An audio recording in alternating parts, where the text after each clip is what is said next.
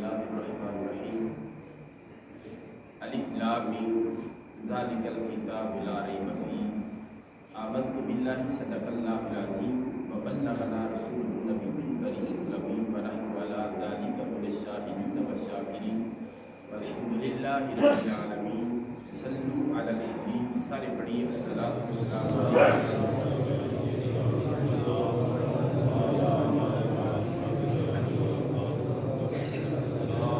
वस्सलामु अलैका या सय्यदी या रसूलल्लाह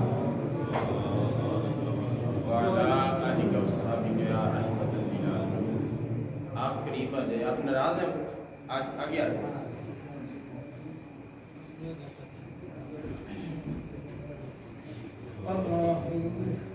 अल्लाह कुरान मजीद फुरकान हमीद में से जो आयते मुक़द्दिसा आपके सामने तिलावत की है, इसके अंदर अल्लाह रब्बुल इज़्ज़त ने फरमाया अलिफ लाम मीम ज़ालिकल किताबु ला रैब फ़ीह।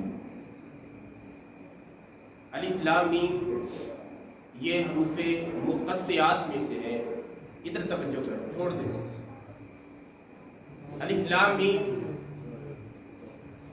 ये हरूफ़े मुक़त्तिआत में से है। इसका माना अल्लाह जानता है या उसका महबूब जानता है। ये अल्लाह और उसके महबूब के दरमियान राज़ो नियाज की बातें हैं। आगे फरमाया ज़ालिकल किताबु ला रैब फ़ीह कि ये बुलंद रुतबा किताब है जिसमें शक की कोई गुंजाइश है ही नहीं, जिसमें शक की कोई गुंजाइश नहीं। अब आप इसी वकार हम खुशकिस्मत है कि जिन्होंने नमाज़ तरावी में कुरान पढ़ा और सुना। याद रखिए, कुरान पढ़ने का सवाब अलग है, कुरान सुनने का सवाब अलग है, कुरान को चूमने का सवाब अलग है, कुरान को सीने से लगाने का सवाब अलग है। और याद रखिए, कुरान ऐसी अजीम किताब है कि जिसको तर्जमे के साथ पढ़ने का सवाब अलग है। और कुरान ऐसी अजीम किताब है, ऐसी अजीम किताब है कि जिसको तफसीर के साथ पढ़ने का सवाब अलग है। और कुरान ऐसी अजीम किताब है, ऐसी अजीम किताब है कि जिसको जिस पर अमल करना और अमल करके सुनना जो है, उस सुनना उस पर अमल करना, इसका सवाब अलग है। मुस्तफ़ा करीम सल्लल्लाहु अलैहि वसल्लम के गुलामों, और कुरान ऐसी अजीम किताब है कि जिसको सुनना और सुनकर उस पर अमल करना और फिर समझना, इसका सवाब अलग बयान किया गया।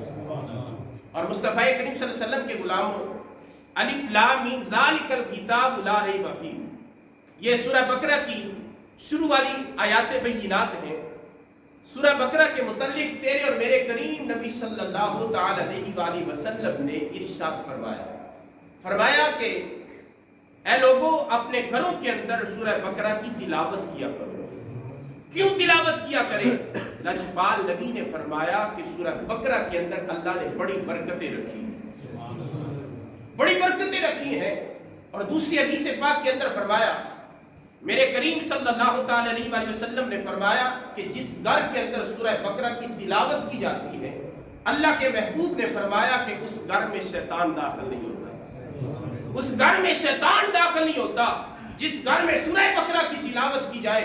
और करीम सल्लल्लाहु अलैहि वसल्लम ने आगे फरमाया, हुजूर नबी करीम सल्लल्लाहु अलैहि वसल्लम के प्यारे साहबी हजरत नुमान बिन बशीर, आप फरमाते हैं मैं लजपाल नबी का सहाबी हूँ। सहाबी वो होता है कि जिसने ईमान की निगाहों से बद्दुहा का मुखड़ा देखा, बद्दुहा का मुखड़ा देखा हो, वो सहाबी रसूल होता है। आप फरमाते हैं कि याद रखिए, कुरान की सारी बरकतें एक तरफ, कुरान की सारी अज़मतें एक तरफ, सूरह बकरा की सारी अज़मतें एक तरफ। मुस्तफ़ा करीम सल्लल्लाहु अलैहि वसल्लम के गुलामों, फरमाया कि जिस घर में सूरह बकरा की आखिरी 2 आयातें बय्यिनात तिलावत की जाती है, उस घर से शैतान 3 दिन के लिए कभी नहीं आता। 3 दिन के लिए शैतान उस घर का चक्कर नहीं लगाता, उसके आस पास नहीं आता। तो याद रखिए, ये सूरह बकरा की पहली आयातें बय्यिनात की इतनी बरकतें, इतनी शानें और इतनी अज़मतें बयान की गई हैं। तो याद रखिए पूरे कुरान की कितनी शानें हैं।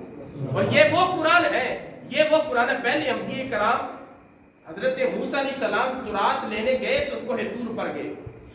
تو اللہ نے تورات عطا فرمائی. اسی طرح حضرت عیسیٰ نبی علیہ السلام انجیل لینے کے لیے کھلے آسمان پر انتظار کرنا پڑا.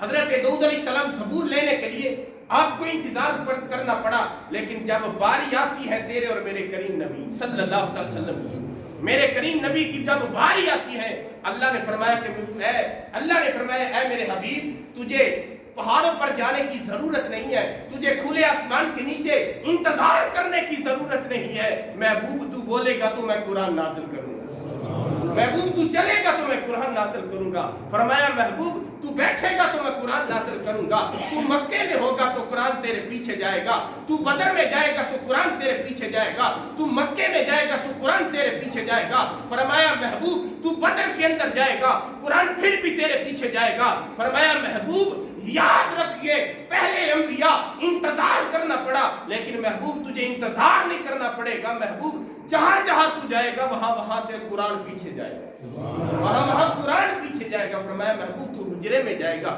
قرآن تیرے پیچھے جائے گا. محبوب تو عائشہ کے حجرے میں جائے گا، پھر بھی قرآن تیرے پیچھے جائے گا. محبوب تو عائشہ کے بستر پہ جائے گا، پھر بھی قرآن تیرے پیچھے جائے گا. فرمایا محبوب یہ وہ جگہ ہے کہ جہاں قرآن آ بھی رہا ہے، قرآن جا بھی رہا ہے، قرآن آ بھی رہا ہے، قرآن جا بھی رہا ہے.